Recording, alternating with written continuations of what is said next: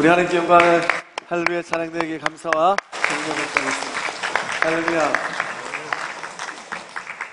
우리 찬양대 이 찬양의 고백처럼 주와 함께 살고 주와 함께 하나님의 영광 되어지는 우리 모두 다 될 줄로 믿습니다. 우리 좌우에 있는 분들과 인사할 때 사랑합니다, 축복합니다, 잘 됩니다.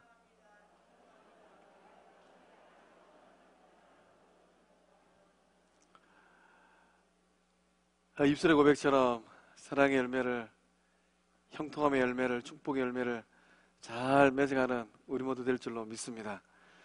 영적 공동체, 생명 공동체 될 줄로 믿습니다. 오늘 말씀의 제목은 부활을 살라입니다. 매일의 삶 가운데 부활의 감격으로 예수님과 더불어 살려내는 삶을 사셨습니까? 서두부터 이렇게 질문하고 들어오니까 순간 당황되시죠? 아니면 부활과 전혀 상관없는 삶, 예수님의 부활의 이야기는 그래서 이소부화에 등장하는, 전래동화에 등장하는 그런 이야기들처럼 성경책에 기록된 많은 이야기 중에 하나겠지. 그렇게 치부하면서 예수님의 부활과 동떨어진 삶을 혹 살지는 않았습니까? 오늘 예배를 통하여서 예수님의 부활의 그 영광 가운데 나도 살아나고 남도 살려내고 가정도 살려내고 일터도 살려내고 영적 공동체도 살려내는 우리 모두 다 될 줄로 믿습니다. 성도의 삶은 어떤 삶입니까? 성도의 삶은 세상에서 부귀 영화를 누리기 위하여서 아웅다웅하는 삶이 아니에요. 내 안에 구원의 확신이 있고 부활의 주님을 만났다라는 믿음의 고백이 있다면 어떤 삶을 살아야 될 것인가? 이름을 높이기 위하여서. 호랑이는 죽으면 가죽을 남기고 사람은 죽으면 이름은 석자를 남긴다는데 이 이름 석자를 후대에 함께 남겨버리라. 세상 사람처럼 그렇게 살아가는 존재가 성도가 아닌 줄로 믿습니다. 성도는 어떤 삶을 사는 존재입니까?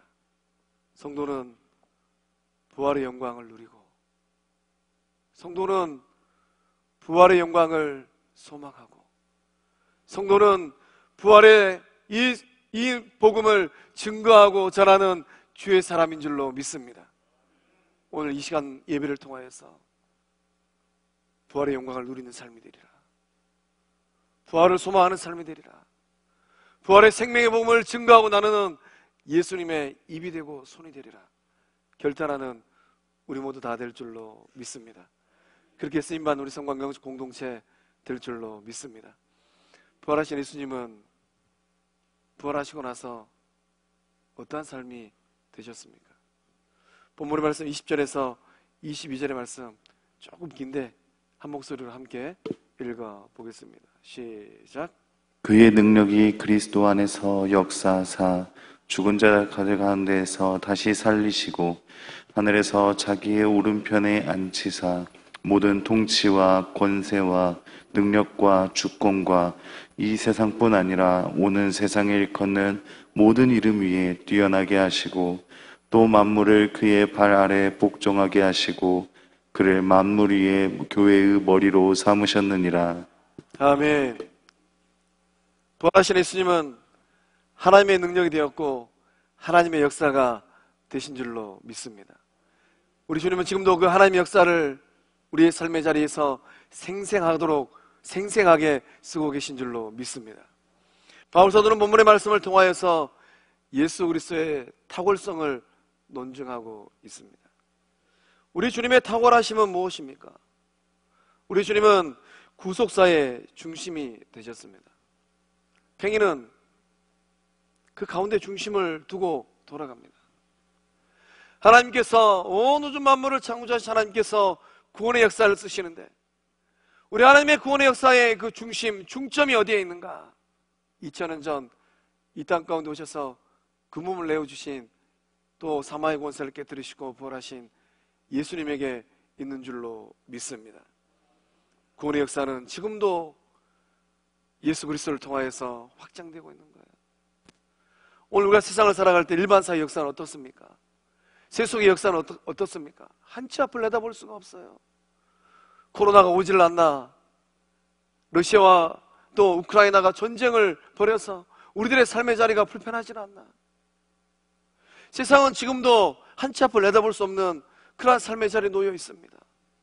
그러나 역사의 주권자 되시는 우리 하나님께서는 구원의 역사를 부활하시는 예수님을 통하여서 써내려가고 계신 줄로 믿습니다.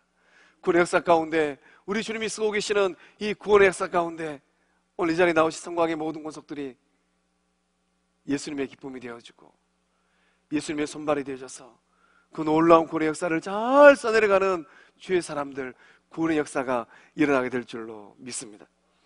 예수 그리스도는 만물 위에 뛰어나십니다. 십자가에 달려 죽으셨을 때 로마 군인도, 대제사장들도, 서기관들도, 유대인들도 지나가면서 비방하고 욕을 하셨습니다. 하물며 한나라 시에 십자가에 달렸던 두 강도도 주를 향하여 욕을 하고 비방을 하였어요. 그러나 부활하신 예수님은 더 이상 주변인이 되지 않으셨습니다.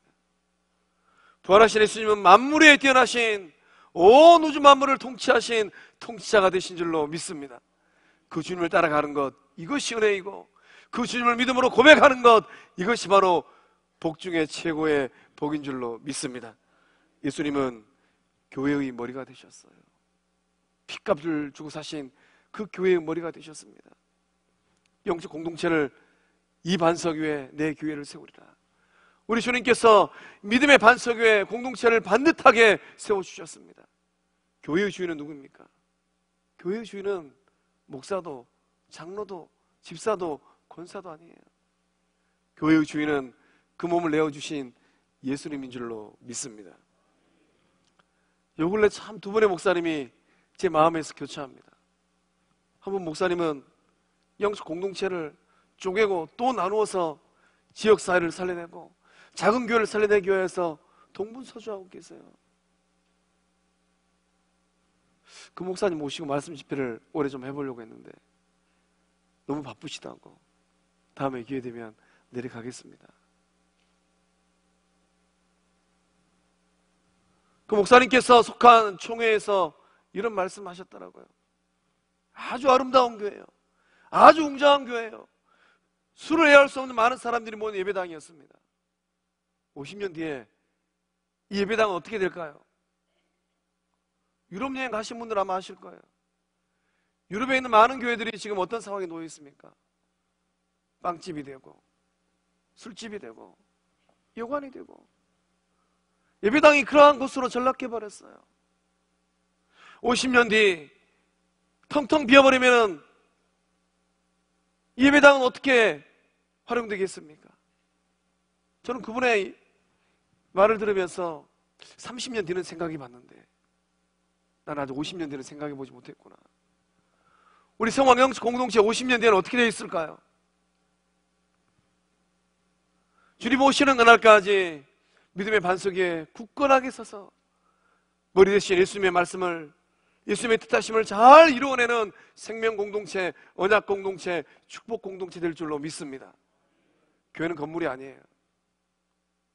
교회는 건물이 아닙니다. 또 한 분의 목사님은 자기 밖으로 챙기느라고 정신이 없어요.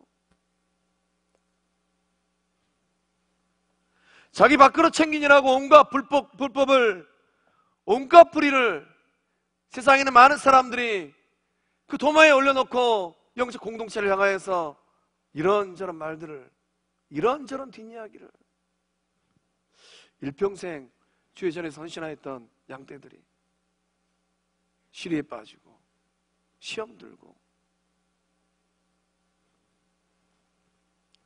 성도들을 실족하게 하고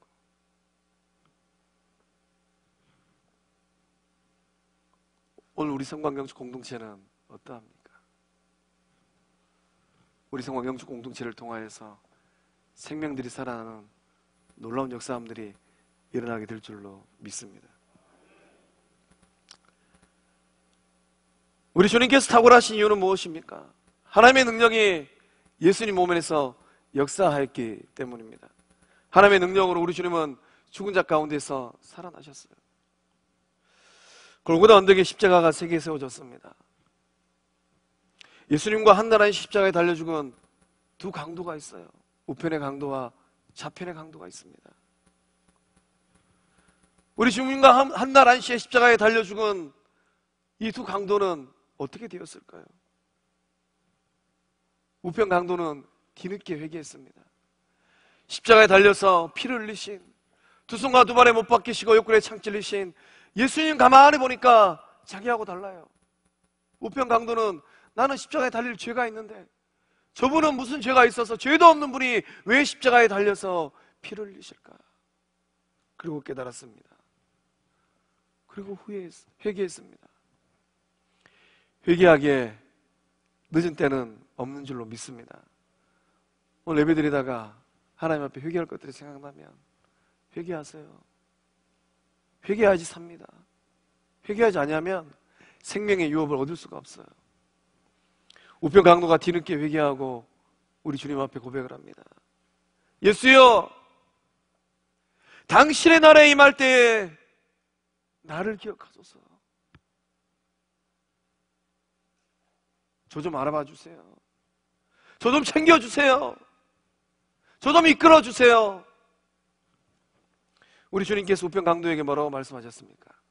오늘 내가 나와 함께 낙원에 있으리라. 좌편 강도는 끝까지 회개하지 않았어요. 우편 강도는 주님과 함께 낙원에 이른 줄로 믿습니다. 곰곰이 묵상하고 생각해 보았습니다. 좌편 강도는 어디로 갔을까요? 우편 강도는 우리 주님과 함께 낙원에 갔습니다. 그럼 좌편 강도는 어디 갔을까요? 성경은 침묵하고 있습니다. 그러나 우리가 살떨리면서 고백해야 될 말씀이 요한계시록 21장 8절의 말씀에 기록되어 있어요. 우리 함께 믿음으로 고백하면서 읽어보겠습니다. 시작. 그러나 두려워하는 자들과 믿지 아니하는 자들과 흉악한 자들과 살인자들과 음행하는 자들과 점술가들과 우상숭배자들과 거짓말하는 모든 자들은 불과 유황으로 타는 못에 던져지리니 이것이 둘째 사망이라. 아멘. 아멘. 불과 유황으로 타는 못에 던져진다라고 말씀하셨습니다. 둘째 사망이라고 말씀하셨어요. 누가 불과 유황으로 타는 못에 던져집니까? 두려워하는 자들.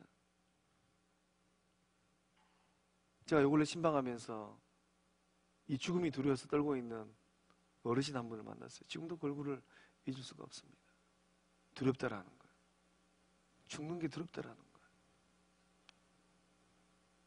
예배 자리에 나오신 성도님들은 어떠십니까? 죽을 것 생각하면 두려우십니까? 평안하십니까? 믿지 아니하는 자들, 흉악자들, 살인자들, 음행하는 자들, 점술가들, 우상 숭배자들, 거짓말하는 모든 자들 불과 유황으로 타는 못에 던져지리라. 받아보십시오. 그런지 아는지. 이 말씀이 요한계시록 21장 8절이에요. 이 말씀의 주소가 얼마나 좋은지 몰라요. 세상 사람들 팔자 타령 많이 하잖아요. 이 일, 저 일 얘기하면서 팔자 타령해요. 이 일로 팔자 타령하다가 인생 망친 사람들, 그들이 가는 곳이 어디인가? 계시록 21장 8절 꼭 기억하십시오. 불과 유황으로 타는 못에 던져지리라. 좌편과 우편 강도의 죽음은 누구의 죽음입니까? 머지않아 우리에게 닥칠 저와 여러분의 죽음이에요. 사랑하는 가족들의 죽음일 수도 있습니다. 저도 어머니 아버지께서 이제 고령이셔서 가슴이 조마조마합니다. 또 내가 가장 아끼고 사랑하는 지인들의 죽음이에요. 코로나 시대 하나님께서 우리에게 주신 메시지는 무엇입니까? 수없이 술을 헤아릴 수 없는 많은 사람들이 우리의 곁을 떠났습니다. 뉴욕에 코로나 한파가 불어닥쳤을 때 매스컴을 통해서 잘 보셨죠? 냉동창고에 그 시신을 수습할 수 없어서 참치 쌓듯이 그렇게 쌓여졌던 시신들. 또 우크라이나 땅에는 전쟁이 일어났습니다. 술을 헤아릴 수 없는 러시아 군인들이 죽임을 당했어요. 죽음의 강을 건너가고 나면 무엇이 있을까요? 나는 이 죽음의 강을 건너가고 나서 어디로 갈까요? 부활하신 예수님을 만난 성곽의 모든 구석들, 우리 주님이 계신 하나님의 나라 천국에 이르게 될 줄로 믿습니다. 예수 그리스도의 죽음과 이 부활은 추상이 아니에요. 예수님의 죽으심과 이 부활은 영원한 삶을 결정하는 실체입니다. 예수님께서 부활하시고 나서 40일 동안 제자들과 함께 시간을 보냈습니다. 그리고 제자들 보는 앞에서 감람산에서 승천하셨어요. 권능의 보좌, 하나님의 보좌 우편에 앉으셨습니다.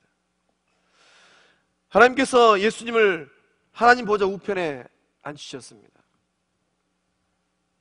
이 우편에 앉았다라는 이 말씀의 의미는 무엇일까요? 성경에서 오른쪽은 공간의 개념이 아닙니다. 오른쪽, 왼쪽, 이 공간의 개념이 아니라는 거예요. 말씀에서 기록된 이 오른쪽은 주권적인 의미입니다. 상속권과 주권적인 능력과 구원의 능력과 통치권을 상징하고 있는 거예요. 생명의 그릇되신 하나님께서 모든 능력을 예수님에게 상속하여 주셨습니다. 주권도, 구원도, 다스림도, 모든 권한도 주님의 것이 되었습니다. 예수 그리스도는 지금도 살아계시는 절대 주권자인 줄로 믿습니다. 영원한 구원의 반석이 되셔서 인생길을 가르는 성곽의 모든 구석들을 의의 길로, 생명의 길로, 천국으로, 하나님 나라로 인도하고 계신 줄로 믿습니다. 우리의 삶을 다스리는 만왕의 왕, 평강의 왕이 되신 줄로 믿습니다. 영원 무궁토록, 세세 무궁토록 우리를 다스리시고 통치하실 줄로 믿습니다. 하나님께서는 예수님의 이름을 모든 이름 위에 뛰어난 이름으로 만드셨어요. 모든 이름 위에 뛰어난 이름, 어떤 영적 존재도 예수님 이름 아래에 있다라는 거예요. 어떤 세상 권세를 할지라도 예수님 이름 아래에 있다라는 겁니다. 어떤 능력자를 할지라도 예수 이름 앞에 무릎을 꿇는다라는 거예요. 부활하신 예수 그리스도, 이 존귀하신 이름으로 승리하고, 이 이름으로 하나님께 영광 돌리고, 이 이름으로 주님의 기쁨 되어지는 우리 모두 다 될 줄로 믿습니다. 어떻게 하면 부활하신 예수님과 함께 나도 살고, 남도 살고, 살리고, 가정도 살리고, 일터도 살리고, 영적 공동체도 살리는 복된 삶이 될 수 있겠습니까? 우리 17절의 말씀을 함께 읽어보겠습니다. 우리 주 예수 그리스도의 하나님 영광의 아버지께서 지혜와 계시의 영을 너희에게 주사 하나님을 알리게 하시고. 아멘. 아멘. 예수님을 통하여서 하나님을 더욱더 알아갈 때 부활에 동참하는 복된 삶들 되실 줄로 믿습니다. 말씀 가운데 기록된 안다라는 말의 의미는 무엇일까요? 단순한 지식을 습득하거나 정보를 수집하는 그런 알미 아닙니다. 우리는 지식사회와 정보화 사회를 살고 있어요. 새로운 정보를 얼마나 알고 있는가? 경쟁사회에서 내가 전공한 이 분야의 지식을 얼마나 깊게 넓게 알고 있냐에 따라서 우리의 삶의 모습이 많이 달라집니다. 그러나 말씀에 기록된 이 알은 이런 지식을 알고 정보를 아는 그런 아는 것이 아닙니다. 본문의 말씀이 기록하고 있는 아는 것, 이것은 경험적으로, 체험적으로 아는 거예요. 하나님은 살아계신 분입니다. 예수님도 살아계신 분이에요. 성령 하나님도 우리 가운데 살아계셔서 운행하십니다. 인격과 인격이 만나는 거예요. 인격과 인격이 만나서 경험하고 체험되어질 때 비로소 알게 된다는 거예요. 앞에 서 있는 최 목사 만나서 밥도 먹어보고, 운동도 같이 해보고, 등산도 같이 가보고, 또 여행도 오랜 시간 같이 해보고, 또 힘든 일도 같이 해보고, 그러면 아, 최 목사가 저런 분이구나, 인격적으로 체험적으로 안다라는 거예요.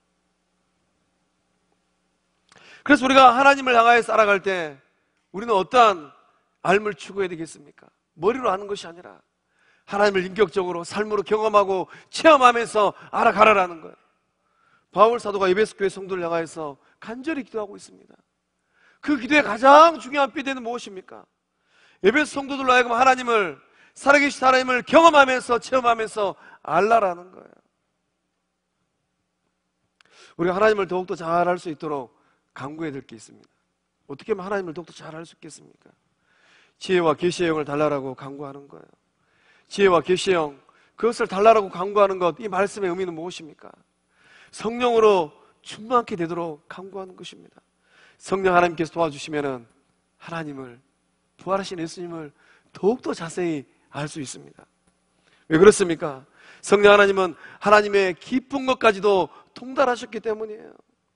성령 하나님은 죄로 인하여서 어두워지고 가려워진 우리의 마음을 조명하시기 때문입니다. 사람이 어떠한 것을 알아가고 인식하기 위해서는 세 가지 조건이 필요하다고 합니다. 그 세 가지 조건이 무엇인가?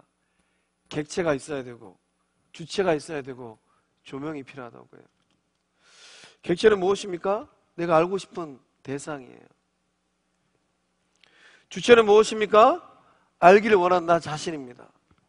볼 수 있는 눈을 갖고 있는 나예요. 조명은 무엇입니까? 그 대상을 볼 수 있도록 만들어주는 빛입니다. 가령 우리가 보고 싶은 어떠한 물체가 있어, 대상이 있습니다. 이것은 객체예요. 책상이 있고 또 자동차가 있습니다. 그것을 알고 싶고 보고 싶어요. 이런 객체가 있으면은 그걸 볼 수 있는 눈, 주체인 나가 있어야 되는 겁니다. 가장 중요한 것, 자동차를 보고 책상을 볼 수 있도록 조명하는 빛이 있어야 돼요. 아무리 자동차가 있고 책상이 있고 볼 수 있는 눈이 있다 할지라도 깜깜하다면은 볼 수가 없는 거예요. 인식할 수가 없는 겁니다. 영성의 삶도 마찬가지예요. 우리 가운데 이 부활절 이후 살아계신 주님을 통하여서 영적 성장을 이루기를 원하는 분이 계실까요? 생명의 주인 되신 하나님을 더욱더 인격적으로 알기를 원하는 분이 계실까요? 성령 하나님께서 비춰주시는 이 조명하심, 성령의 생명의 빛을 더욱더 강구하시기를 바랍니다. 성령 하나님께서 이 생명의 빛을 환하게 비춰주실 때 더욱더 하나님을 자세히 알고 자세히 경험하고 보게 되어지는 은혜가 임하게 될 줄로 믿습니다. 하나님을 아는 것은 체험적인 신앙의 경지에 이르는 것입니다. 욥은 인생길을 걸어가면서 고통의 시간을, 오랜 세월을 보냈습니다.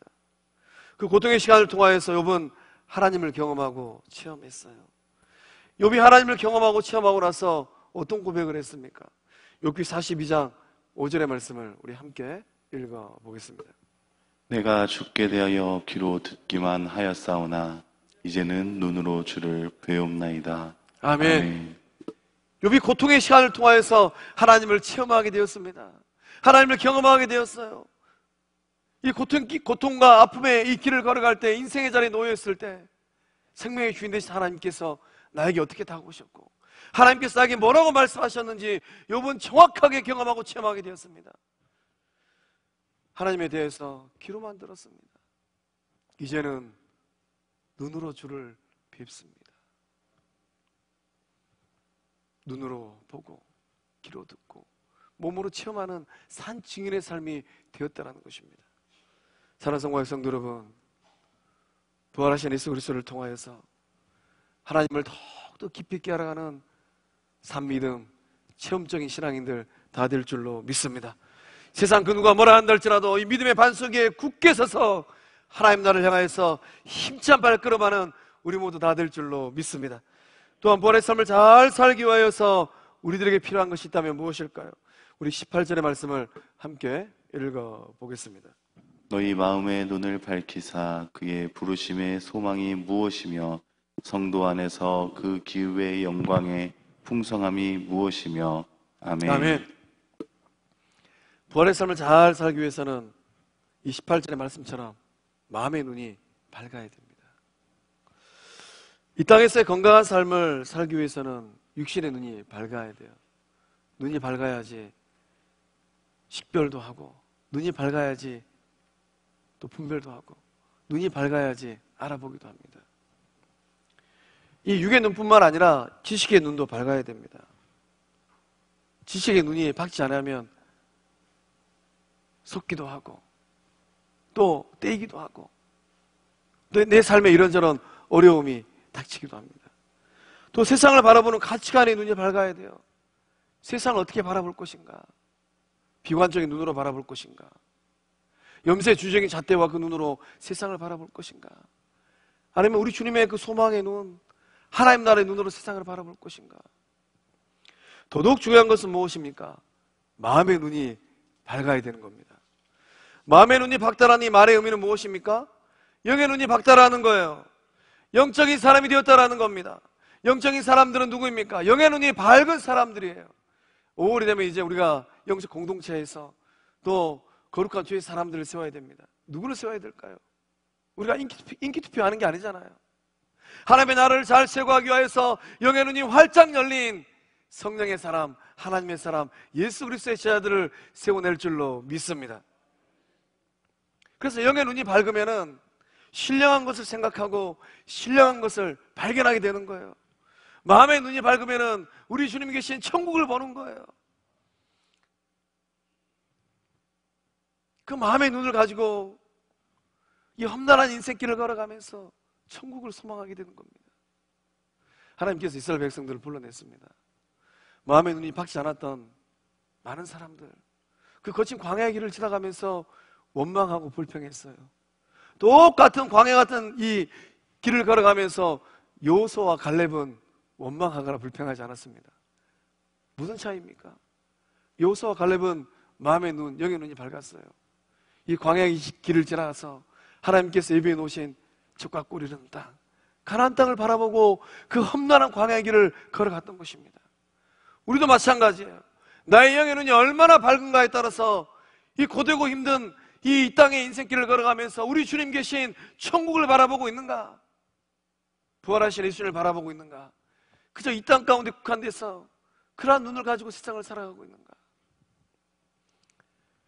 말씀 준비하면서 제 마음 가운데 흥얼거려졌던 찬송이 있습니다. 너무나도 아름답도다 주님 계신 영광의 나라, 너무나도 귀하도다 주님 계신 영광의 보좌. 아, 저 영광의 나라 내가 소망하오니 죄가 지금 갈 수 없어 주님 계신 영광의 나라. 마음의 눈을 활짝 뜨고 그 영광의 나라를 보는 복된 주님의 제자들 될 줄로 믿습니다. 우리 1절만 함께 불러보겠습니다.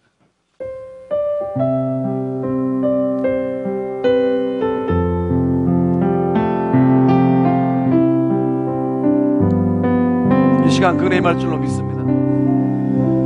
너무나 아름답도다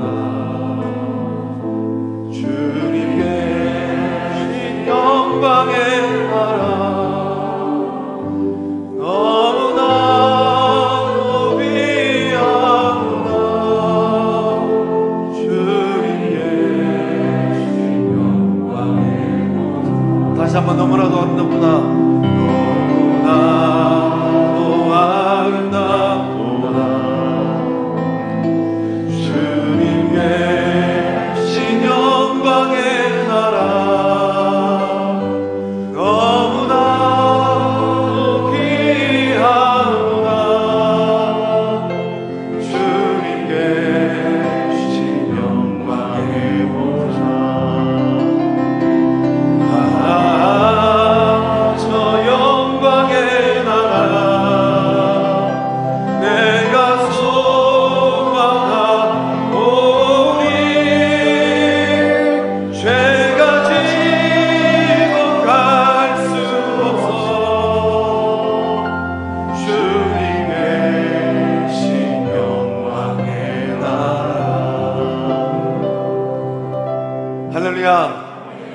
죄가 지고 갈 수 없는 이 영광의 나라를 영의 눈을 활짝 뜨고 보는 성광의 영적 권속들, 구원받은 주의 친백성들 다 되실 줄로 믿습니다.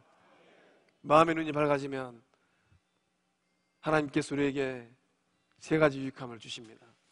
받아보십시오. 유익함 주시는지 안 주시는지. 어떤 유익함을 주시는가? 부르심의 소망을 주십니다. 우리 안에 소명의식이 특별한 예수님의 제자가 된다라는 거예요.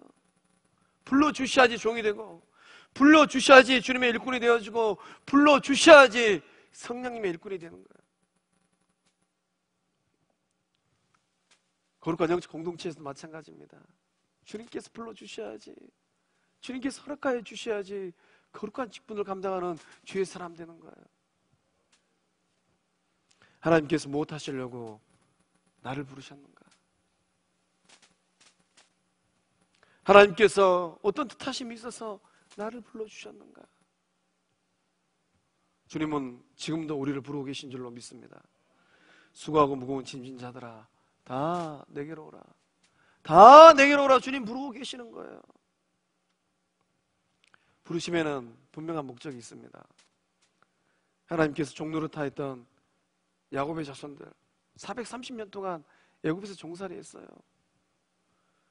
내버려뒀으면 먹을 거 걱정 없고 잠자리 걱정 없고 걱정 없는 그 당시 때 최고의 강대국 애굽에서 이 모양 저 모양으로 그런 인생길을 걸었을 텐데 먹거리 없고 마실 물 없는 왜 광야로 불러내셨습니까? 그렇게 불러내신 이유가 무엇입니까? 하나님께서 저와 여러분을 어둠 가운데서 불러내셨어요. 그리고 빛 가운데 들어가게 하셨습니다. 무엇 하시려고 우리 주님은 세상에 있는 수많은 사람들 가운데 우리를 불러내셨을까요? 택하신 족속이 되라고, 왕같은 제사장이 되라고, 거룩한 하나님의 나라가 되라고, 하나님의 소유된 친백성 되라고 불러내신 줄로 믿습니다. 거기서 끝나는 게 아니에요. 너희를 어두운 데서 불러내어 그의 귀한 빛에 들어가게 하시니에 아름다운 덕을 선포하게 하려 하심이라. 아름다운 덕, 미덕이에요. 하나님께서 그 아들 예수님을 내어주면서 우리를 자녀 삼아주시고 생명 주셨습니다. 이 아름다운 미덕을 선포하는 주의 사람들하고 우리를 불러주신 줄로 믿습니다. 제가 저희 교회 부임하고 나서 2년 동안 노래 불렀던 외침이 있습니다. 독자가 되시라고, 예수님의 향기 되시라고, 예수님 손발 되시라고. 이 시간 이후로 아름다운 덕, 미덕을 나누고 증가하는 덕자들 다 되실 줄로 믿습니다. 예수님께서 내게로 오라고 부르셨습니다. 그 부르심의 목적이 무엇입니까? 내가 너희를 쉬게 하리라. 세상살이가 참 어렵잖아요. 힘들잖아요. 마음에 안식도 없고 평안도 없잖아요. 오늘 우리 가운데 수고하고 무거운 인생의 짐, 건강의 짐, 삶의 짐을 지고 계신 분이 계십니까? 예수님께서 지금도 부르고 계십니다. 내게로 오라. 부르신 예수님의 부르심에 아멘하고 달려갈 때 세상에서 얻지 못할 안식과 평안을 다 받아 누리게 되실 줄로 믿습니다. 주님 품에 안겨서 하나님의 나라 천국 바라보면서 그 안식을 마음껏 받아 누리는 우리 모두 될 줄로 믿습니다. 마음의 눈이 밝아지면 기업의 영광이 풍성하다는 영적 사실을 깨닫게 됩니다. 기업의 영광이 풍성하다라는 거예요. 이 말의 의미는 무엇입니까? 하나님께서 우리에게 주고 싶은 영적 유산이 있어요. 그 유산을 마음껏 받아 누리게 된다라는 거예요. 풍성한 상속이 우리를 기다리고 있다라는 겁니다. 부활의 몸을 덧입게 되고 거룩한 인격이 되어지고 이 땅의 인생 여정을 다 끝나고 우리 주님 계신 하늘나라 갔을 때 영광의 주님이 한 걸음에 달려오셔서 우리에게 주시는 상급이 있다라는 거예요. 그 아름다운, 그 놀라운 믿음의 유산, 영적인 유산을 물려받은 우리 모두 다 될 줄로 믿습니다. 옆에 있는 분 바라보시면서 작은 소리로, 큰 소리로 하시면 안 돼요. 큰 소리로 하시면 세상 사람 듣고 다 몰려올 수 있어요. 작은 소리로 부활의 몸을 덧입으세요. 인사하시겠습니다. 더 작은 소리를 하시라니까. 세상 사람들이 막 밀려와 버려요. 예수님이 쏙 빼닮은 주의 사람 될 줄로 믿습니다. 우리 주님께서 거처를 예비하러 가신다 그랬어요. 그러니까 예수님 안에서 우리는 갈 집이 있다는 게 얼마나 복입니까? 그 은혜를 받아 누릴 줄로 믿습니다. 마음의 눈이 밝아지면 하나님께서 행하시는 크신 능력을 알게 됩니다.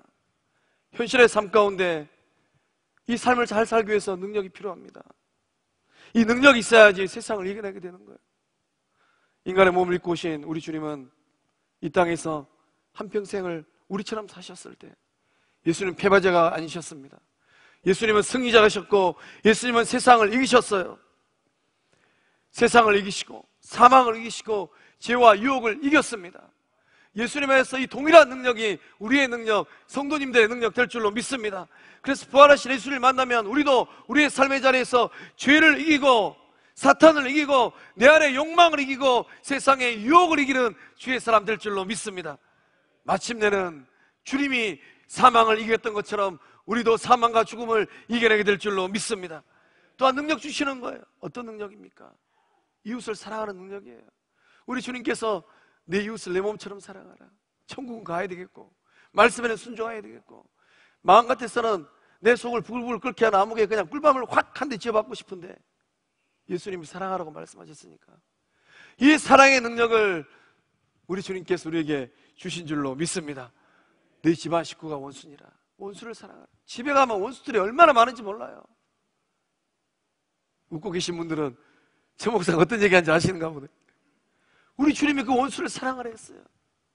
예수님 마음으로 밥상을 차리고 예수님 마음으로 빨래를 하고 예수님 마음으로 등 두들겨주고 머리 쓰다듬어 주었을 때 놀라운 생명력들이 흘러갈 줄로 믿습니다. 예수님께서 우리에게 능력 주셨습니다. 예수의 이름으로 어떠한 삶의 자리에 놓여있다 할지라도 이겨낸 우리 모두 될 줄로 믿습니다. 우리 사도행전 3장 6절 말씀 함께 읽어보겠습니다. 시작. 베드로가 이르되 은과 금은 내게 없거니와 내게 있는 이것을 내게 주노니 나사렛 예수 그리스도의 이름으로 일어나 걸으라. 아멘. 이것을 준다라고 고백하였습니다. 예수 이름이에요. 이 이름으로 승리하고 이 이름으로 걸어가고 이 이름으로 영광 돌리는 우리 모두 다 되실 줄로 믿습니다. 기도하시겠습니다. 생명의 주인 되신 하나님, 세상에 있는 많은 사람들 가운데 우리를 불러내 주셔서 자녀 삼아 주시고 구원의 은총 주심에 감사함을 드립니다. 사망과 죄의 권세를 깨뜨리시고 부활하신 예수님을 따라가는 우리 모두 되게 하여 주시옵소서. 오늘을 살아가는 우리들의 삶 속에 부활의 역사가 임하게 하여 주시옵소서.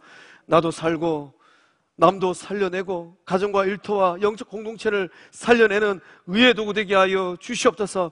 모든 이름 위에 뛰어나신 예수님의 이름으로 회복하고 걷고 뛰어가게 하여 주시옵소서. 부활 소망 되신 예수님 안에서 천국을 소망하고 영생 축복을 누리게 하여 주시옵소서. 지혜와 계시의 영을 다하사 하나님을 인격적으로 체험하고 경험하게 하여 주시옵소서. 마음의 눈 영안이 밝아져서 주님의 이 소명과 부르심을 정확하게 알게 하여 주시옵소서. 영적 유산을 통하여 영적 유산을 풍성히 받아 누리게 하여 주시고 이 유산을 나누는 우리 모두 되게 하여 주시옵소서. 하나님의 능력으로 살게 하시고 예수님의 능력으로 살게 하여 주시고 성령의 인도하심으로 살아가는 주의 복된 자녀들 제자들 다 되게 하여 주시옵소서. 역사하심을 믿사옵고 사망의 권세를 깨뜨리신 예수님의 이름으로 기도하옵나이다. 아멘.